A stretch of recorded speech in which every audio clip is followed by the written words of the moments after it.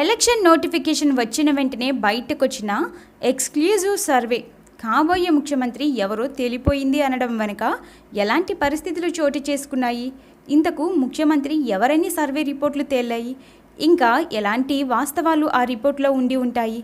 ఈ పూర్తి వివరాల కోసం ఈ ఫుల్ వీడియో చూడండి. ఏపీలో ఎన్నికలు సమీపిస్తున్న వేళ సర్వేల హడావిడి పెరిగిపోయింది. ముఖ్యంగా టీడీపీ ఈసారి అభ్యర్థులను ఎంపిక చేయటంలోనే పలుమార్లు సర్వేలు నిర్వహిస్తోంది. ఎన్నికలకు సమయం దగ్గర పడుతుండటంతో ఆంధ్రప్రదేశ్లోని పార్టీలన్నీ స్పీడ్ పెంచేశాయి. ఒక పక్క జగన్ పీకే సర్వేల ఆధారంగా అభ్యర్థులను నిర్ణయిస్తూ ఉంటే, మరోపక్క బాబు రకరకాల సర్వేలు చేయిస్తూ గెలుపు గుర్రాలను సెలెక్ట్ చేస్తున్నారు.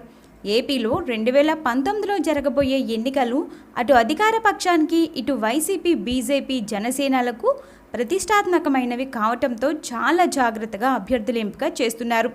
ఈ ఎన్నికల్లో గెలిచిన వరుసగా రెండోసారి అధికార పీఠం దక్కించుకోవాలని టీడీపీ తాపత్రయపడుతోంది. తొలిసారి ముఖ్యమంత్రి అవ్వాలని జగన్, పవన్ ఏపీలో బలపడడానికి బీజేపీ భావిస్తున్నాయి.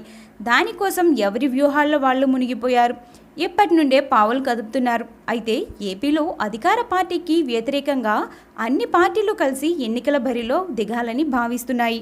అలాగే గత ఎన్నికల్లో బీజేపీ, జనసేనతో కలిసి పనిచేసిన టీడీపీ ఈ ఎన్నికల్లో ఒంటరిగా బరిలోకి దిగబోతోంది.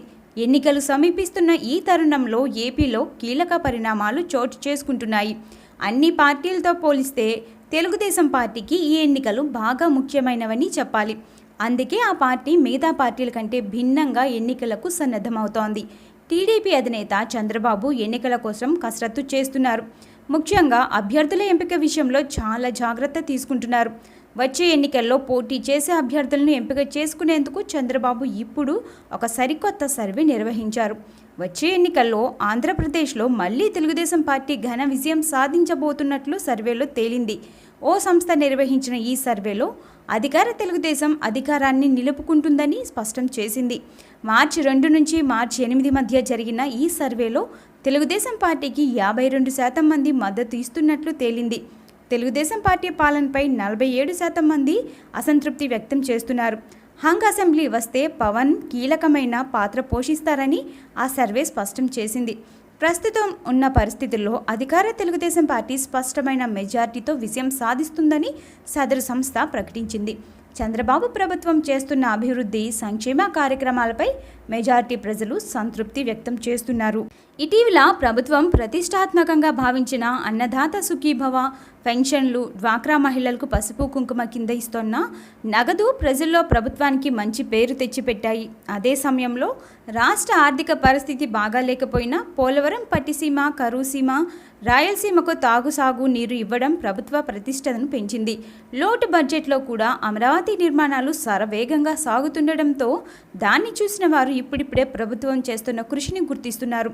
ప్రభుత్వం చేస్తున్న సంక్షేమ కార్యక్రమాలు లబ్ధిదారులకు నేరుగా అందుతుండటంతో ప్రతిపక్షాలు విమర్శలు చేయడానికి కూడా అవకాశం లభించడం లేదు. తాజాగా సర్వే చేసిన సంస్థ గతంలోనూ సర్వే నిర్వహించింది. ఈ సంస్థ గత సర్వేలో జగన్ ఏకపక్షంగా గెలుస్తారని చెప్పింది. ఇప్పుడు అదే సంస్థ చంద్రబాబు మళ్లీ గెలుస్తారని తెలిపింది.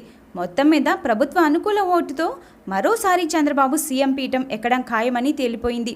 ఎన్నికలకు మరో నెల రోజులు మాత్రమే సమయం ఉన్న పరిస్థితుల్లో ప్రజల మనోభావాలు టీడీపీకి అనుకూలంగా మారుతుండటంతో వచ్చే ఎన్నికల్లో టీడీపీ గెలుపు ఏకపక్షం కాబోతోందని ప్రస్తుత సర్వే స్పష్టం చేస్తోంది. ఈ వార్తపై మీ అభిప్రాయాన్ని కామెంట్ రూపంలో తెలియజేయండి.